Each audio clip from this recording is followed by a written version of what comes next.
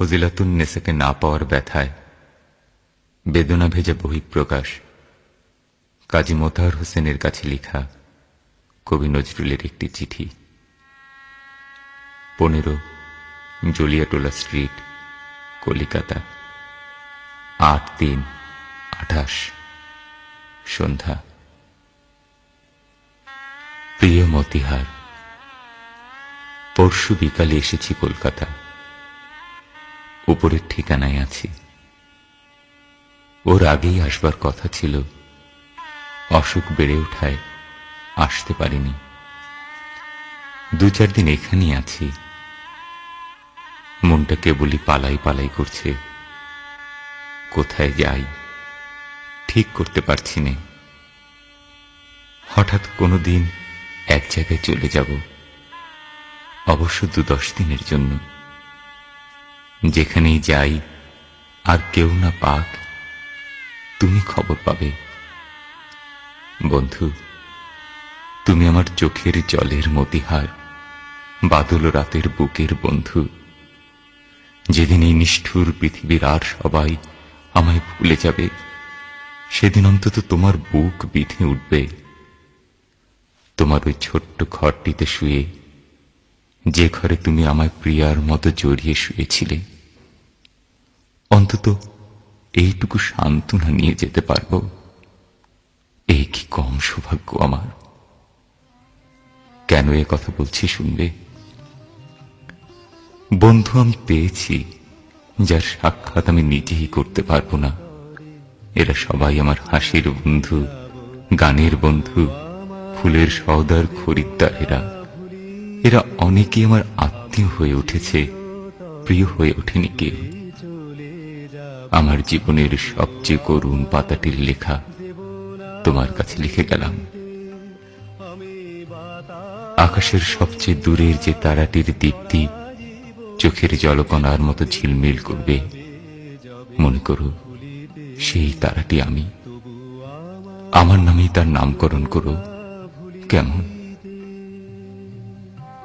মৃত্যু এত করে মনে করছি কেন জানো? ওকে আজ আমার সবচেয়ে সুন্দর মনে হচ্ছে বলে। মনে হচ্ছে জীবনে যে আমায় ফিরিয়ে দিলে, মরলে সে আমায় বরণ করে নেবে। সমস্ত বুকটা ব্যথায় দিন রাত টনটন করছে। মনে হচ্ছে সমস্ত বুকটা যেন ওইখানে এসে জমাট বেঁধে যাচ্ছে। ওর যদি মুক্তি হয় বেঁচে যাব, কিন্তু কি হবে কে জানে।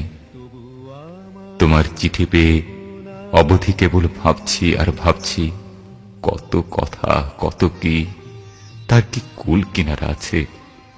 ভাবছি আমার ব্যথার রক্তকে রঙিন খেলা বলে উপহাস যে করেন, তিনি হয়তো দেবতা। আমার ব্যথার অশ্রুর বহু ঊর্ধ্বে, কিন্তু আমি মাটির নজরুল হলেও সে দেবতার কাছে অশ্রুর অঞ্জলি আর নিয়ে যাব না। ফুল ধুলায় ঝরে পড়ে, পায়ে পিষ্ট হয়, তাই বলে কি ফুল এত অনাদরের? ভুল করে সে ফুল যদি কারুর কবরিতেই খসে পড়ে, এবং তিনি যদি সেটাকে উপদ্রব বলে মনে করেন, তাহলে ফুলের পক্ষে প্রায়শ্চিত্ত হচ্ছে এক্ষুনি কারুর পায়ের তলায় পড়ে আত্মহত্যা করা। সুন্দরের অবহেলা আমি সইতে পারি না বন্ধু, তাই এত জ্বালা। ভিক্ষা যদি কেউ তোমার কাছে চাইতেই আসে অদৃষ্টির বিড়ম্বনায়, তাহলে তাকে ভিক্ষা নাই দাও, কুকুর লেলিয়ে দিও না। আঘাত করবার একটা সীমা আছে, সেটাকে অতিক্রম করলে আঘাত অসুন্দর হয়ে আসে, আর তক্ষুনি তার নাম হয় অবমাননা। ছেলেবেলা থেকে পথে পথে মানুষ আমি, যে স্নেহে যে প্রেমে বুক ভরে উঠে কানায় কানায়, তা কখনো কোথাও পাইনি। এবার চিঠির উত্তর দিতে বড্ড দেরি হয়ে গেল। না জানি কত উদ্বিগ্ন হয়েছ। কি করি বন্ধু, শরীরটা এত বেশি বেয়াড়া আর হয়নি কখনো। ওষুধ খেতে প্রবৃত্তি হয় না। আমায় সবচেয়ে অবাক করে নিশুতি রাতের তারা। তুমি হয়তো অবাক হবে, আমি আকাশের প্রায় সব তারাগুলোকে চিনি। তাদের সত্যিকারের নাম জানি নে, কিন্তু তাদের প্রত্যেকের নামকরণ করেছি আমার ইচ্ছে মতো। সেই কত রকম মিষ্টি মিষ্টি নাম, শুনলে তুমি হাসবে। কোন তারা কোন ঋতুতে কোন দিকে উদয় হয় সব বলে দিতে পারি। জেলের ভিতর যখন সলিটারি সেলে বন্ধ ছিলাম, তখন গরমে ঘুম হতো না। সারা রাত জেগে কেবল তারার উদয়াস্ত দেখতাম। তাদের গতিপথে আমার চোখের জল বুলিয়ে দিয়ে বলতাম, বন্ধু, ওগো আমার নাম না জানা বন্ধু, আমার এই চোখের জলের পিচ্ছিল পথটি ধরে তুমি চলে যাও অস্ত পারের পানে। আমি শুধু চুপটি করে দেখি। হাতে থাকতো হাত কড়া, দেয়ালের সঙ্গে বাঁধা চোখের জলের রেখা আঁকাই থাকতো মুখে বুকে। আচ্ছা বন্ধু, কফোটা রক্ত দিয়ে এক ফোঁটা চোখের জল হয়, তোমাদের বিজ্ঞানে বলতে পারে? এখন শুধু কেবলই জিজ্ঞাসা করতে ইচ্ছে করে, যার উত্তর নেই, মীমাংসা নেই, সেই সব জিজ্ঞাসা।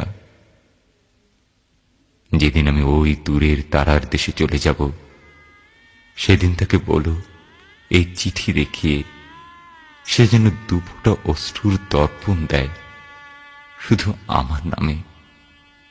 হয়তো আমি সেদিন খুশিতে উল্কা ফুল হয়ে তার নতুন খোপায় ঝরে পড়ব।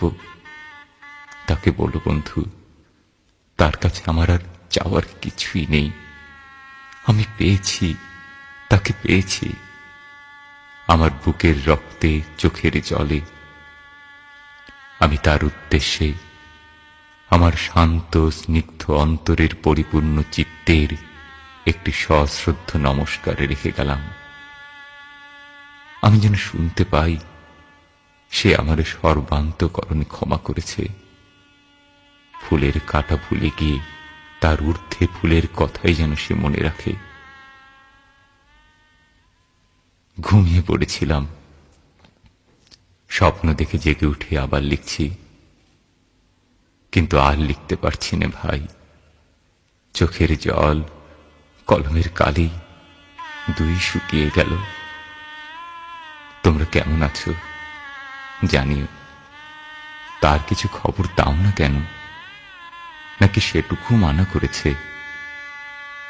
ঠিক সময় মতো সে ওষুধ খায় তো? কেবলই কিডসকে স্বপ্ন দেখছি, তার পাশে দাঁড়িয়ে স্যামি ব্রাউন পাথরের মতো। ভালোবাসা নাও। ইতি, তোমার নজরুল।